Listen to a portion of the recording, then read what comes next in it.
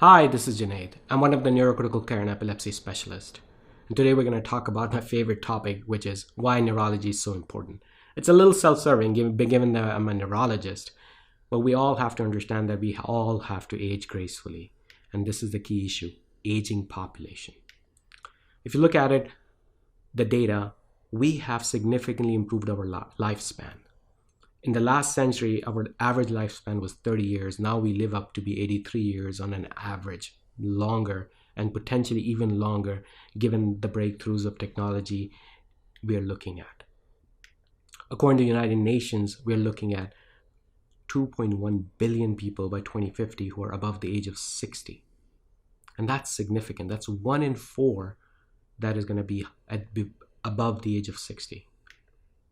And this comes with a significant multiple morbidities. Anyone who's above the age of 60 is living with multiple morbidities. The most common of them is cardiovascular disorders, in which the stroke is a subset, and then malignant neoplasms, chronic respiratory distress, etc. In neurology, what we see is a significant curve of different disease burden at different age brackets.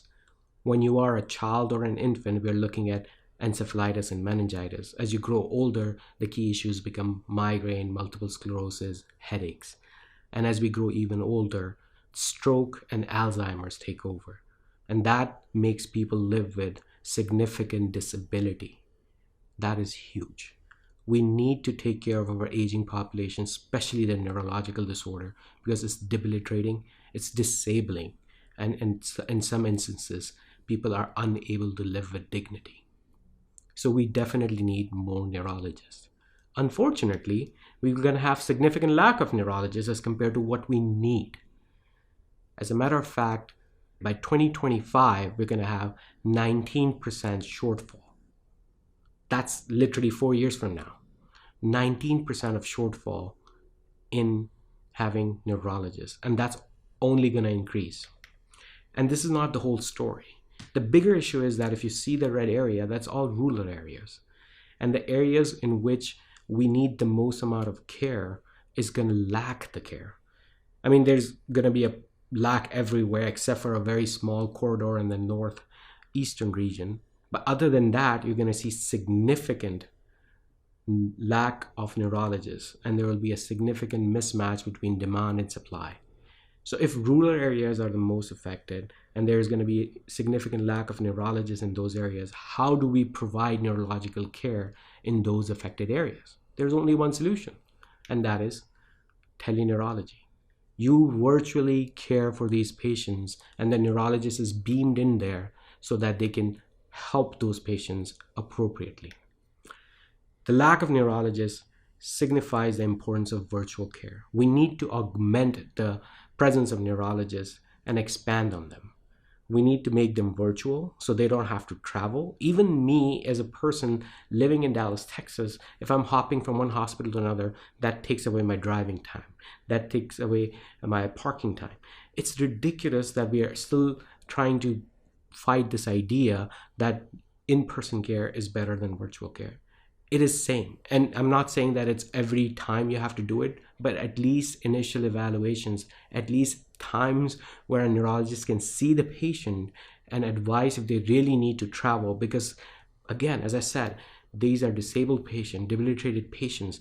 We need to make sure that if they're going through an ordeal of traveling 1 to 2 hours, it is worth their time. And with the advancement of technology, we will be able to bring stuff like labs and x-rays and even portable MRIs nowadays to different rural populations. So we need to remove barriers, especially traveling, and make virtual care, especially teleneurology, universal. Most importantly, if I am one of the big issues, and I've seen that physician burnout, especially in general and in neurology, is the stupid documentation burden. Interestingly, the virtual care is time-based, and therefore you're reimbursed not because of your documentation, but actually because of your time spent with the patient, which is amazing. And therefore, virtual care should be universal. And I love that, the fact that I have to decrease the burden of documentation, document what is actually more important, which is care of the patient, the care plan of the patient, rather than copy-pasting labs and stuff from the EMR. And in places where there is going to be a significant need and a volume that needs to be taken care of, we should add physician extenders like nurse practitioners and physician assistants. So what telehealth companies need to do to achieve teleneurology success? And it is divided into two different areas, in acute care setting and in chronic care setting, because those are two different areas in which neurological patients are there. In acute care settings, what you're looking for is concentrate on the systems of care, because you're taking care of stroke patients, neuro ICU patients, or inpatient neurology consults. In that setting, what you really need to do is basically understand how the systems of care is going to be evaluated, not just the physician. You have to really concentrate on the 3 C's: collaboration, communication, and teamwork. Now, when their stroke is initiated, let's say telestroke, it could be in a primary stroke center, which needs to be transferred to a comprehensive stroke center through thrombectomy. So what we need to concentrate in a secure messaging platform or remote teleradiology, viewability of EMR through different platforms so that we can provide those cares. And there will be protocols and systems built where teleneurology is part of the team. And that's where VeeMed comes in, because we actually help healthcare systems to provide a solution, not just a platform. In chronic care settings, multi-party view is extremely important because, as I said, patients have stroke, cognitive decline, Alzheimer's patients. In these situations, we need more information, and that information may not be with the patient itself. It would be probably with the daughter, the son, the granddaughter, anyone, and we should actually be able to access them, call them directly through the multi-party system, which is part of the VeeMed OS, that we can call those people right up and get more information to help the patient appropriately. We need to make sure it's completely, extremely ease of use. It should be one-click initiation of the telehealth visit. As I said, again, it has to be very easy for our elderly people to get on board and get the help they need. And then there should be a way of reminder system, that easy reminders in a way that these patients understand that they have a telehealth visit and therefore they're prepared for it. There should be either SMS, text, or email, and all these features we have built in the VeeMed system. And more importantly, we should be able to have an education platform like this so that people, not just patients, are prepared for it, but their family members are prepared for it. And post-visit education should be a big part of the platform itself. So the systems must be robust. It should be hardy, because the problem really is, again, there are tremors and they can hold those tablets or stuff and they can fall, etc. So it has to be a robust system. It needs to be reliable. We cannot. I've had this problem with different patients. I mean, they've sometimes just, cancel by mistake and they don't know really how to reinitiate it. And it has to be very rapid. Again, we always concentrate on how YouTube and Twitter and LinkedIn and everything is doing robust, reliable systems. We need to be better, if not the same. Excellent PTZ camera, especially in the acute care setting, because we need to do pupillary exams, we need to do gait exams, and we need to zoom out and see if the patient is walking in a way or not. And then we are doing tremor exams. So the quality of the system and the camera becomes extremely important in teleneurology settings.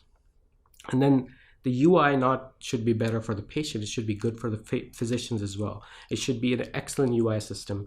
It would have significant speed and it works beautifully in any operating system. So these are all the features that we have built in VeeMed as well. This is basically an all-in-one care platform, and the idea behind is that we have all the features in a specific need scenario so that you're not overpaying for your needs.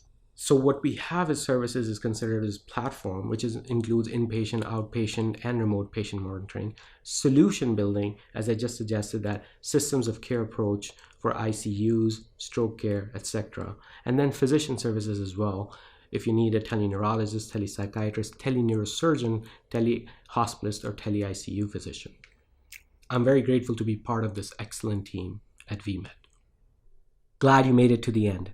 If you save a life, it is as if you saved the life of all mankind. This is my guiding principle.